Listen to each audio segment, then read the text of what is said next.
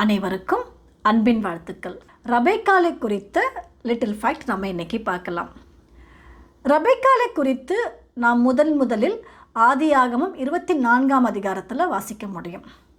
இந்த அதிகாரம் ஆதியாகமத்தில் இருக்கிறதுலே பெரிய சாப்டர் இது என்ன மாதிரி ஒரு சாப்டர்னால், ஆபிரகாம் தன்னுடைய மகனான ஈசாக்குக்கு பெண் கொள்ளும்படி தன்னுடைய ஊழியக்காரனான எலியாசரை அவர் தங்கி இருந்த எபிரோன்லேருந்து ஆரானுக்கு அனுப்பி அங்கேருந்து பெண் கொள்ளும்படியாக அனுப்பி வைக்கிறார். இவர் என்ன மாதிரியான பெண்ணை சூஸ் பண்ணார்? இவர் ட்ராவல் பண்ணி வராங்க. எங்கேருந்து வராங்கன்னா எபிரோன்லேருந்து ஆரான். இந்த எபிரோன்லேருந்து ஆரான் ஒரு அப்ராக்சிமேட்டாக 700 to 800 கிலோமீட்டர்ஸ். இது ஸ்ட்ரெயிட்டாக இருக்கிற டிஸ்டன்ஸ்.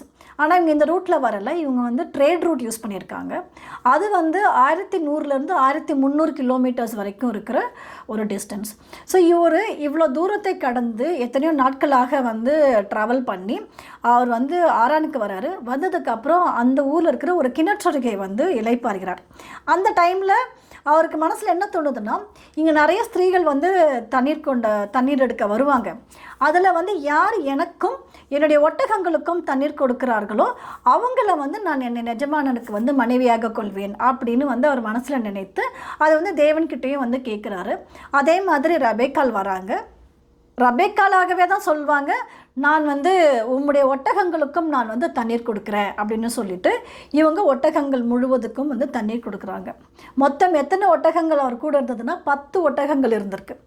எவ்வளோ தண்ணி கொடுத்துருப்பாங்க? ஸோ ஆராய்ச்சியாளரோட கருத்துப்படி ஒரு ஒட்டகம் மினிமமாக ஒரு 30 gallons ஆஃப் வாட்டர் குடிக்குமா. இவங்க 10 ஒட்டகங்களுக்கு 300 gallons ஆஃப் வாட்டர் கொடுத்துருப்பாங்க. ஸோ இந்த 300 gallons ஆஃப் வாட்டரை அவங்க எப்படி எடுத்திருக்காங்கன்னா, கிணற்றிலிருந்து ஒரு பாட் வச்சு எடுத்திருப்பாங்க. ஸோ இந்த பாட் ஒரு 5 gallons இருக்கும் அப்படின்னு, இதெல்லாமே ஒரு மினிமல் கால்குலேஷன். ஸோ ஒரு 5 gallons இருக்கும் அப்படின்னு நினச்சோம்னா கூட இவங்க ஒரு ட்ரிப்பு அதாவது மொத்தம் 60 ட்ரிப்பு, அதுக்கு ஒரு 3 நிமிஷம்னா 180 நிமிடங்கள், அதாவது 3 மணி நேரமாக ரெபெக்காள் ஒட்டகங்களுக்கு மாத்திரம் தண்ணீர் கொடுத்துருக்குறாங்க.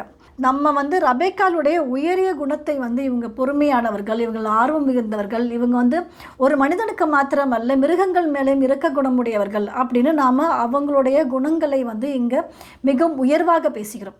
ஆனால் அவங்க அந்த உயர்வான குணத்திற்கு டிசர்விங் பர்சன் தான் அவங்க. ஆனால் இதே ரெபெக்காளை யாக்கோபை ஈசாக்கு ஆசீர்வதித்த அந்த காரியம் வரும்பொழுது ரெபெக்காள் தந்திரமாக செயல்பட்டார்கள், அவங்க அங்கே தவறு செய்து விட்டார்கள் அப்படின்ற ஒரு கருத்து உண்டு.